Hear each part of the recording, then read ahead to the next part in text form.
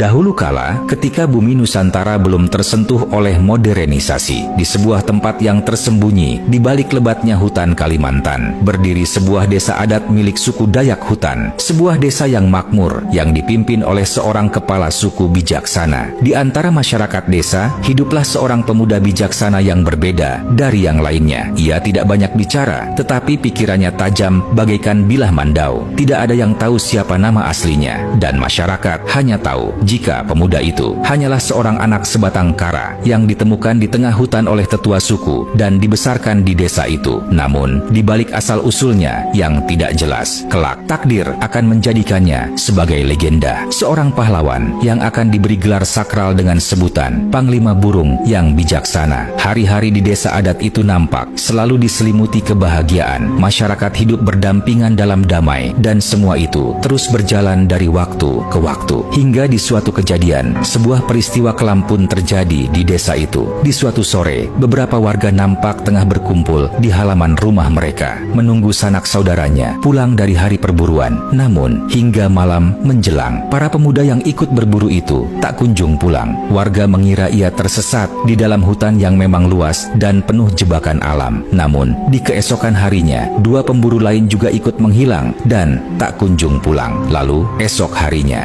dan begitulah seterusnya, hingga akhirnya peristiwa itu pun membuat masyarakat desa mulai diselimuti kepanikan, dan kabar tentang hilangnya para pemburu itu pun menyebar cepat ke seluruh pemukiman, membuat suasana desa yang biasanya ramai mendadak berubah menjadi sunyi. Senyum berubah menjadi kekhawatiran. Para ibu menunggu di depan rumah dengan mata cemas, dan ketakutan mulai tumbuh seperti bayangan panjang menjelang malam. Hingga akhirnya di suatu siang, para masyarakat desa berbondong-bondong mendatangi balai adat untuk menemui para tetua dan kepala suku. Mereka berkumpul di halaman tanah dengan wajah yang tampak gelisah dan ketakutan. Hingga tak lama kemudian, sang tetua suku pun menemui mereka dan berkata, "Apa yang membuat kalian terlihat begitu panik, saudara-saudaraku?" ucap sang tetua. Salah seorang warga pun menjawab, "Tolong kami tetua, sudah beberapa hari ini sanak saudara kami belum juga pulang dari perburuan. Entah apa yang menimpa mereka, dan kau harus segera bertindak tetua," ucap warga tersebut. Suasana hening sesaat, dan tak lama tetua adat pun kembali berkata, "Semuanya harap tenang, kita belum tahu apa penyebab hilangnya orang-orang kita. Namun hari ini aku akan membentuk sebuah kelompok untuk ditugaskan mencari orang-orang yang hilang itu," ucap sang tetua. Ucapan itu pun sedikit meredakan kepanikan masyarakat, dan akhirnya sebuah kelompok pencarian pun dibentuk di hari itu. Sebuah kelompok yang dibentuk dari para pemuda pilihan desa, dan salah satunya adalah si pemuda pendiam. Dan dari sinilah sebuah perjalanan yang penuh dengan pertarungan pun akan segera dimulai.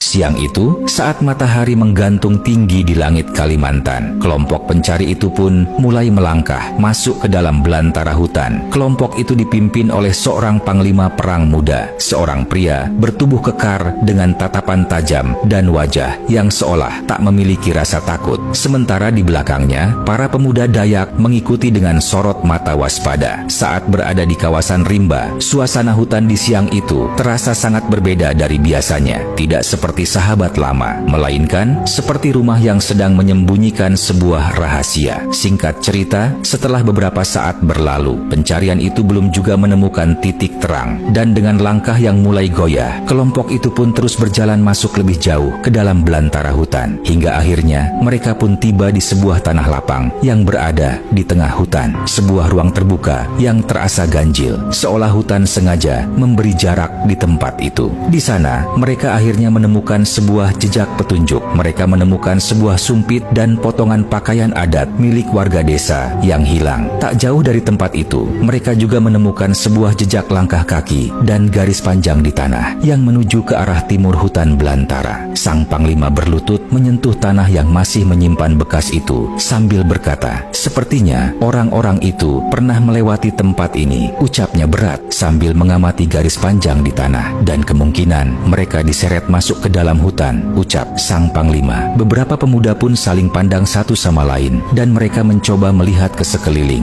Namun tiba-tiba, saat kelompok itu lengah, dari balik pepohonan hutan, puluhan anak panah melesat cepat ke arah mereka. Sontak saja, kejadian itu pun membuat mereka panik, dan dengan cepat, sang panglima bergerak melesat ke arah puluhan anak panah itu sambil berteriak kepada kelompoknya. "Anak-anak, cepat bersembunyi di balik pepohonan," serunya lantang. Dengan cepat, para pemuda itu pun berpencar dan berlindung di balik batang-batang besar. Di sisi lain, sang panglima masih berusaha menjatuhkan semua anak panah itu dengan mandau miliknya. Hingga beberapa saat kemudian, puluhan anak panah itu pun berhasil dihalau olehnya. Para pemuda Dayak yang melihat itu akhirnya bisa kembali bernafas lega. Namun, ketenangan itu tidak bertahan lama. Saat serangan panah itu berhenti, puluhan bayangan asing terlihat bergerak dari balik pepohonan hutan, dan sang panglima yang menyadari itu segera memberitahu kepada kelompoknya, "Anak-anak, tetaplah waspada. Sepertinya posisi kita telah terkepung. Tetap bersama dan bersiaplah untuk bertarung," ucap panglima. Dan benar saja, tak lama kemudian, dari balik pepohonan hutan, puluhan lelaki berwajah garang pun berlari cepat menyerang ke arah mereka. Orang-orang itu nampak buas, layaknya predator yang sedang mengejar mangsa. Yang rupanya, para lelaki itu adalah suku kanibal, penghuni belantara hutan Kalimantan, yang telah menghilangkan para warga Dayak sebelumnya. Akhirnya, pertarungan kedua kelompok itu pun pecah. Keduanya saling menyerang satu sama lain. Mandau beradu dengan tombak, panah dibalas dengan sumpit, dan hutan yang tadinya sunyi kini berubah menjadi panggung kekacauan. Sang panglima bertarung seperti badai. Setiap ayunan mandau miliknya menjatuhkan lawan-lawannya dengan cepat. Namun, jumlah musuh terlalu banyak. Mereka bergerak lincah, menyerang dari segala arah. Para pemuda Dayak yang mulai terpojok pun mencoba bertahan dengan sisa tenaga mereka. Namun akhirnya, para kanibal itu pun mulai mendesak mereka, dan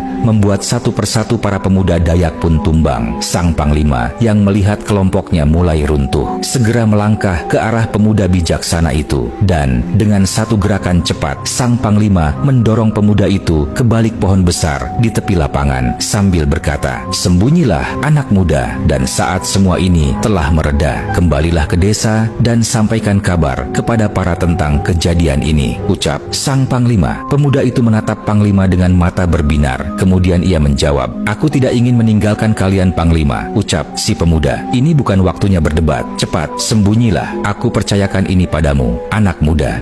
Akhirnya, dengan berat hati, pemuda itu pun bersembunyi, dan sang panglima kembali menerjang ke tengah pertarungan. Mandaunya bergerak lincah, menebas puluhan suku kanibal itu tanpa ampun. Sebelum akhirnya, ia pun tumbang oleh kelompok kanibal itu. Beberapa saat kemudian, pertarungan kedua kelompok itu pun berakhir, dan kelompok kanibal itu pun berhasil memenangkan pertarungan tersebut. Dengan cepat, mereka pun mulai membawa tubuh para pemuda Dayak itu masuk ke dalam hutan, dan perlahan tanah lapang itu pun kembali diselimuti kesunyian. Di sisi lain, saat suara langkah mereka perlahan menghilang ditelan rimba, pemuda Dayak yang selamat itu pun keluar dari persembunyiannya. Ia berjalan tertatih ke tengah lapangan dengan tangan terkepal dan wajah memerah dibakar amarah. Namun, pemuda itu hanya bisa diam karena ia tahu satu kesalahan kecil saja akan membuat pengorbanan sang panglima sia-sia. Selang beberapa saat, pemuda itu pun melangkah kembali ke desa untuk memberi kabar kepada para tetua tentang kejadian yang baru saja menimpa mereka. Namun, di balik semua masalah yang telah berakhir itu, si pemuda itu tidak menyadari jika kejadian yang jauh lebih mengerikan akan segera ia hadapi.